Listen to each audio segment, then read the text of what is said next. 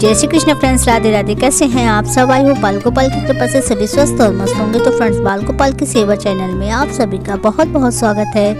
तो फ्रेंड्स, आज मैं बहुत ही रोचक कहानी लेकर आई हूँ। कथा का शीर्षक है दोस्तों, अगर आज जो कि कहानी में मैं बताने वाली हूँ बहुत ही दिलचस्प है कि हमें कभी भी किसी भी चीज़ के प्रकार के लिए और किसी भी चीज़ को पाने के लिए भगवान के सामने कभी भी कोई ऐसी मन्नत नहीं करनी चाहिए जिसे हम पूरी ना कर सके।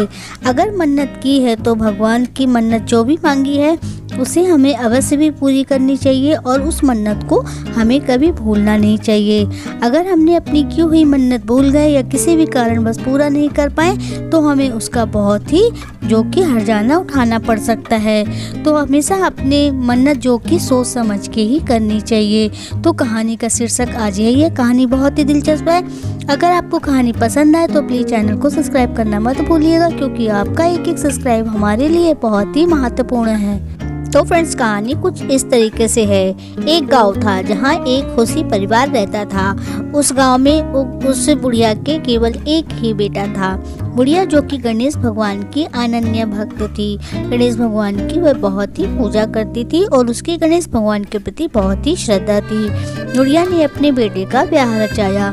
ब्याह करने के कुछ सालों बाद जब बुढ़िया के कोई नाती पोते नहीं हुए तो बुढ़िया ने गणेश भगवान जी के सामने एक मन्नत मांगी। मन्नत उसने चांदी की छत्र और सोने का हार चढ़ाने की गणेश भगवान को उसने मांगी थी। भगवान तो कभी किसी की मन्नत के भूखे नहीं होते। भगवान का दिया तो हम सब कुछ पा रहे हैं, तो भगवान को भला हम क्या मन्नत में दे सकते हैं। लेकिन अगर हमने कोई मन्नत मांगी है तो उस मन्नत को अवश्य ही पूरा करना चाहिए।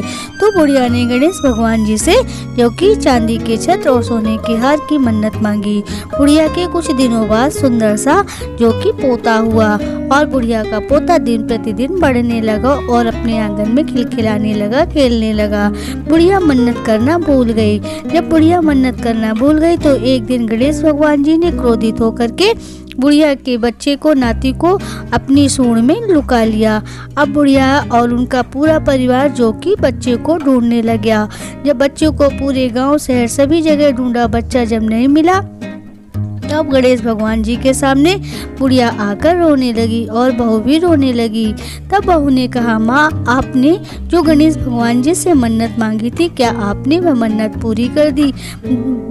सासू माँ बोलती है कि बेटा, मैं तो मन्नत करना भूल ही गई।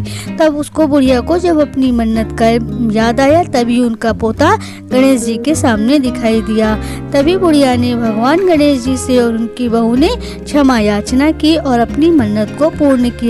तो फ्रेंड्स, ये थी मन्नत की कहानी की अगर मन्नत मांगते हैं किसी भी प्रकार की, चाहे छोटी हो या बड़ी, कभी भी उस मन्नत को भूलना नहीं चाहिए। उस मन्नत को याद रखना चाहिए और समय से पूरा भी कर देना चाहिए। तो आज की कहानी का शीर्षक यही था कि हमें कभी भी किसी भी प्रकार की भगवान से मन्नत नहीं मांगनी चाहिए। हमारी किस्मत में जो है वो हमें अवश्य ही मिलकर रहेगा। भगवान हमेशा अपने भक्तों का ख्याल रखते हैं। तो अगर आपने मन्नत मांगी है तो उस मन्नत को अवश्य करके पूरा करना चाहिए।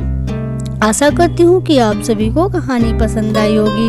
अगर पसंद आई तो प्लीज़ चैनल को सब्सक्राइब करना मत भूलिएगा। लाइक, कमेंट और शेयर भी कर दीजिएगा और हाँ, बेल आइकन जरूर प्रेस कीजिएगा, जिससे हमारे आने वाली हर वीडियो के नोटिफिकेशन आप तक पहुँचते रहें। अपना बहुत ख्याल रखिएगा। हम फिर से मिलेंगे एक नए वीडियो और एक नई जानकारी के साथ। तब तक के लिए जय श्री कृष्णा, राधे राधे।